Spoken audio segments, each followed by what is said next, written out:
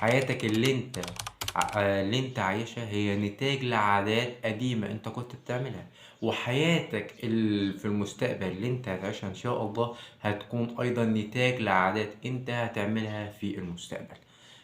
اذا العادات مهمة جدا. من خلال عاداتك تتشكل حياتك. فاذا انت عايز تكتسب عادات جديدة او تتخلص من عادات قديمة، هو ده نتعرف عليه في الفيديو ده. شرح الجزء الاول من كتاب العادات الذرية للمؤلف جيمس كلير. كبر الشاشة واسند ظهرك ويلا نستمتع.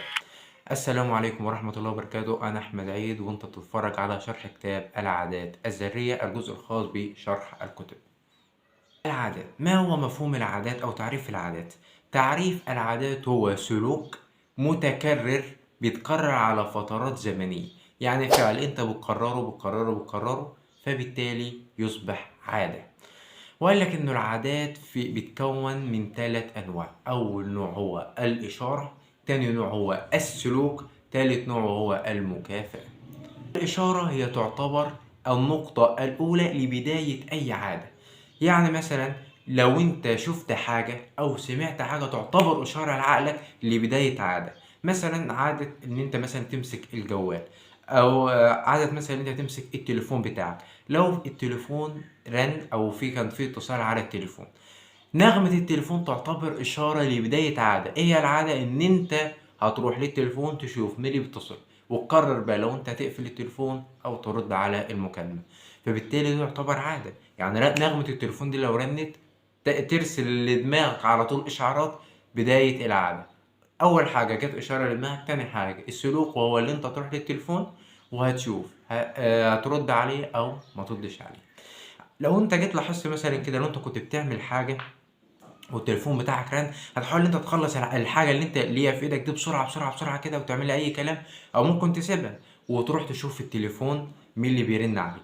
مش عشان التليفون اللي بيرن عليه شخص مهم او الاتصال ده اتصال مهم، لان انت النغمه بتاع التليفون بعدت لدماغك مارس العادة على طول. فانت على طول تلقائيا بشكل لا واعي هتروح للتليفون وهتشوف مين اللي بيرن عليه. وممكن تتعدد صور الإشارة. يعني ممكن الإشارة اللي دماغك تبقى عن طريق صورة، ممكن تبقى عن طريق نغمة، ممكن تبقى عن طريق انت شايف واحد بيعمل كذا فانت هتروح تعمل زيه. مثلا يعني صوت الأذان، انت أول ما بتسمع صوت الأذان الله أكبر، أول حاجة هتعملها ايه؟ جت في دماغك على طول يلا قوم اتوضى صلي او روح للجامع عشان تصلي.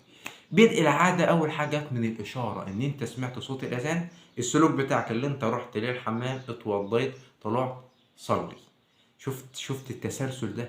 التسلسل ده مهم جدا. اشارة جت لدماغك، عادة ان انت رحت اتوضيت جيت صليت. وقيس على كل حاجة. ده مثلا زي لعب البلاي ستيشن، شفت صورة مثلا كده واحد عمال يلعب بلاي ستيشن، او شفت فيديو على النت واحد بيلعب بلاي ستيشن، او ايا كان. ممكن الاشارات تتعدى كتير لبدء عاده واحده. اول ما شفت الصوره على طول جه في دماغك ما تروح تلعب بلاي ستيشن، هتروح على طول تلعب ايه؟ على البلاي ستيشن. تعددت الصور بتاع الاشاره فبالتالي دماغك هيلقطها تروح تعمل السلوك المناسب للاشاره دي. خلينا مثلا ناخد مثال. لو انت هتتخلص من الاكل الصحي تماما، فانت هتشيل كل الاكل الغير صحي من قدامك، عشان انت لو شفت هتروح تاكل طبعا. فهتشيل الاكل الصحي من قدامك، وانت ما تقعدش مع ناس بتاكل اكل صحي. ما تقعدش مع ناس بتاكل اكل غير صحي، لان انت هتقعد مع الناس بتاكل اكل غير صحي فبالتالي هتشوفهم بياكلوا هتروح تاكل معاهم. دي يعتبر اشاره. قلت لك الاشاره ممكن تبقى عن طريق النظر، تشوف حاجه، سلوك حد بيعمل قدامك حاجه، مثلا حد بياكل قدامك اكل غير صحي فانت بالتالي هتاكل اكل غير صحي لان انت شفتهم بياكلوا اكل غير صحي. تعتبر اشاره لدماغك بدات على طول هتروح تاكل اكل غير صحي. فانت تحدد الاشارات. اذا بقى عايز تكتسب عادات تحدد الاشارات بتاعتها. الاشاره دي اللي بتفكرني ببدء العاده دي، فانا بحدد الاشارات وخليها واضحه قدامي. ونتكلم بالتفصيل عن ازاي تكتسب العادات وتتخلص منها في السلسله ان شاء الله. فلذلك اشترك في القناه وفعل زرار الجرس عشان يصلك كل فيديو جديد بينزل على القناه. ان مفهوم العادات وازاي العادات بتتكون. العادات مهمه جدا. يعني العادات اصلا بتتبرمج في عقلك اللاواعي. يعني احنا عندنا عقلين: عقل واعي يعني هو اللي هو سامعني دلوقتي وشايفني، وعقل لا واعي. العقل اللاواعي ده بيخزن السلوك اللي هو بيتكرر، بيخزن كل حاجة، كل حاجة بيخزنها. فالعقل اللاواعي انت حياتك تعتبر ماشية بصورة عقلك اللاواعي. 90% من عاداتنا اليومية بنمارسها بشكل لا واعي. يعني كل حاجاتنا، كل العادات اللي احنا بنعملها بنمارسها بشكل واعي. انت قبل ما تنزل الشغل بتفطر، بتلبس وتشيك نفسك وتنزل للعربية. ان انت فطارك ده بتعمله بشكل لا واعي. مسكتك للتليفون مثلا وتنتقل مسكتك للتليفون وتقعد تتفرج عليه، ايضا بتعمله بشكل لا واعي عشان انت متعود كده على كده. بتقعد تلبس وتظبط في نفسك والاناقه وما اعرفش ايه الحاجات دي، اللي انت ترتيبك لللبس وظبط لبسك بتعمله ايضا بشكل لا واعي. تروح بتمسك المفتاح بتاع العربيه وتنزل تركب العربيه وتدورها وتمشي، بتعملها بشكل لا واعي. بقول لك كمان نشوف بقى الحاجه المذهله اللي انت بتعملها بشكل لا واعي. ان انت بتروح عند العربيه تفتح الباب، تقعد على الكرسي، تحط المفتاح في العربيه عشان تدورها وتمشي بالعربيه. التسلسل ده بتعملها بشكل لا واعي. التسلسل ده بتعمله بشكل لا واعي. ان انت تروح للعربيه، تفتح العربيه، تقعد تحط المفتاح في العربيه عشان تمشي، تعمله بشكل لا واعي. انت متخيل ان انت كل التسلسل اللي انت بتعمله ده مع اللي انت بتعمله تعمله بشكل لا واعي. هنا عرفت خطوره العادات.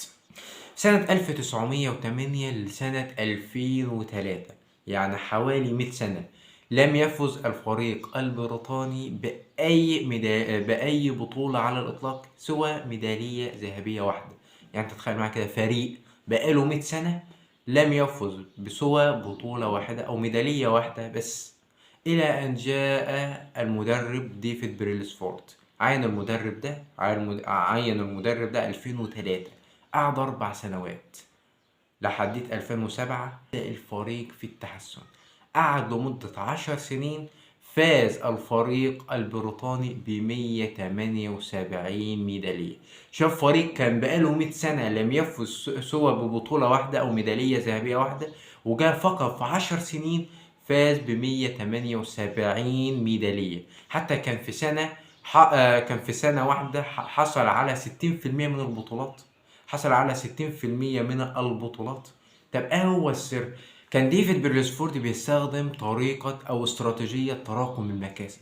كان بيحسن في الفريق في كل جزء من الاجزاء. في كل جزء كان بيحسن بنسبة 1% بس. مثلا مسك الدراجات، اللي هي كان فريق بريطاني الدراجات، مسك الدراجات حط كحول على العجل بتاع الدراجات عشان تبقى اكثر ثباتا على الطريق. غيروا المقاعد عشان تكون اكثر راحة للاعبين. هلام حتى التدليك بتاع اللعيبة جربوا اكتر من واحد عشان يشوفوا انهي واحد هيعمل استشفاء بصورة افضل. غيروا حاجات كتيرة جدا. حتى الشحنة بتاع العربية اللي هم اللعيبة بيقعدوا فيها او بيحطوا درجات فيها، عملها باللون الابيض عشان يرصد التراب البسيطة جدا اللي هتبقى في الشحنة. كل التغييرات وكتير جدا جدا من التغييرات اللي عملها، كل التغييرات دي أدت في النهاية إنه الفريق يفوز ب178 بطولة في خلال 10 سنين فقط. ده رقم كبير جدا. العادات مع التراكم بتاعها، يعني انت مع العادات مع التراكم بتاعها بتحدث تغيير كبير جدا انت ما طلعتوش في اول مرة. يعني مثلا يقول لك انا هبطل الاكل الغير صحي، فمثلا يقعد اول يوم، تاني يوم، يقعد لحديت اسبوع وما يلقيش نتيجة حصلت. يعني ما خسش، ما نقصش من الدهون، لانه التغييرات دي ما بتحصلش لحظيا. انت مثلا لما بطلت الاكل الغير صحي لمدة يوم وتقول لي انا ما حصليش حاجة، لانه مع مرور الوقت النتائج بتبدأ تحصل. عاملة مثلا زي الناس اللي بتلعب في الجيم. هل هو اول ما ينزل النهارده الجيم ويلعب تمرين هيلاقي العضلات كبرت؟ لا، ولا بيقعد بقى يوم ويقعد اسبوع وشهر بالشهور كمان عشان العضلات تكبر. مع مرور الوقت كل يوم بيلعب تمرين، كل يوم بيلعب تمارين، العضلة بتخزن الطاقة دي. مع مرور الوقت هتلاقي العضلة بتكبر بتكبر بتكبر بتكبر. وكذلك هي العادات، انت بتعمل العادة يوميا فبالتالي نتائجها بتظهر مع مرور الوقت. واحد مثلا بياكل اكل غير صحي، مش عارف احنا لازين على الاكل الغير صحي لا، بس المهم واحد مثلا بياكل اكل، جاب مثلا ياكل اكل فيه دهون وفيه زيوت كتيره يعني، فكان النهارده يقول لك يا عم مش هتفرق، ده هي النهارده هو يوم واحد بس مش هيفرق. ما هو يوم واحد مش هيفرق، بس انت بتاكله بصوره مستمره. مع مرور الوقت هتحس بقى بالبدانة وتحس ان انت تخنت. هو لحظيا او انت مثلا كلت الاكل الغير صحي ده في وقته مش هتحس بالفرق، بس ما انت بتاكله باستمرار ومع مرور الوقت هتلاقي ان انت تخنت وزدت. عامله مثلا زي واحد مثلا جاي ينزل لك الجيم، يقول لك انا نزلت الجيم بقى ما العضلات ما كبرتش. لا، ما هي مش مع مرور، مش هتكبر في نفس الوقت. كل يوم هتنزل الجيم او انت هتحافظ ان انت تنزل الجيم بصوره مستمره، عضلاتك هتكبر. فهي نفس الفكره بالظبط، على اساس عاداتك تتشكل حياتك. فاحنا نهتم بموضوع العادات دي كويس جدا. وانا وضحت لك مفهوم العاده بتتكون ازاي عن طريق الاشاره والسلوك والمكافاه. لو انت عايز تخلص من عاده اخفض الاشارات بتاعتها، واحنا هنتعرف على كل ده في الاول. بس لازم بس اقول لك المعلومتين دول عشان امهد لك الطريق للمعلومات اللي جايه. تابعنا ان شاء الله في السلسله واشترك في القناه عشان السلسله دي تبقى سلسله مهمه جدا جدا وهتفيدك في حياتك ان شاء الله. لو انت تعرف حد وعايز تفيده بالفيديو ده ارسل له الفيديو ده، وما تنساش تشترك في القناه وتفعل زر الجرس. والسلام عليكم.